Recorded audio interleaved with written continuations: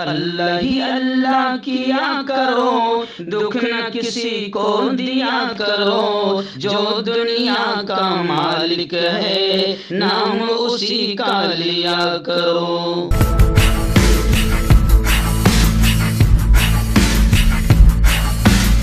جوڑوں کی پرانی سے پرانی لاعلاج تکلیف جیسے گھٹنوں کا درد، پیٹھ اور کمر کا درد، کندھے، گردن اور پیروں میں درد کے لیے سنٹی پلس۔ السلام علیکم ورحمۃ اللہ وبرکاتہ۔ ناظرین، استقبال ہے، سواگت ہے آپ کا viral news live studio Jalgaon, Maharashtra, India میں۔ میں آپ کا میزبان مفتی محمد ہارون ندوی۔ آئیے انٹرنیشنل ٹاپ 5 نیوز، دنیا کی 5 بڑی خاص اہم خبروں پر نظر ڈالتے ہیں۔ جی ہاں ناظرین، سب سے پہلے میں اپیل کروں گا جو ساتھی نئے ہیں اور ابھی تک اس بے باک سچے چینل سے جڑے نہیں ہیں، اگر آپ چاہتے ہو کہ آپ کو ملک بھارت کی اور پوری دنیا کی صحیح اور سچی خبریں دیکھنے اور سننے کو ملیں تو پھر آپ اس چینل سے جڑ جائیے، سبسکرائب کر لیجیے ہمارے اس چینل کو، بیل آئیکن گھنٹی کے بٹن کو دبا دیجیے تاکہ ہماری ہر ویڈیو، ہر خبر آپ کو آپ کے موبائل پر مل سکے۔ اور ہاں ناظرین، ہم ہر روز ایک اپیل کرتے ہیں کہ پلیز، ایک پرائیویٹ چینل ہے اور چینل چلانے کے لیے پوری ایک ٹیم کام کرتی ہے، بڑا روپیہ پیسہ خرچ ہوتا ہے۔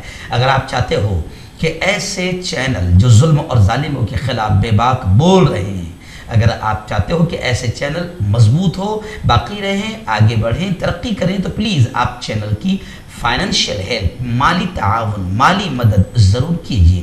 اسکرین پر ہمارے چینل کا بینک اکاؤنٹ نمبر دیا جاتا ہے، اور اگر آپ آن لائن پیسہ بھیج کر مدد کرنا چاہتے ہیں تو گوگل پے، فون پے اور پے ٹی ایم تینوں کا ایک ہی نمبر ہے، 9923223361۔ اللہ نے جو بھی آپ کو طاقت دی اس اعتبار سے آپ چینل کی مدد کیجیے، چینل کو مضبوط کیجیے۔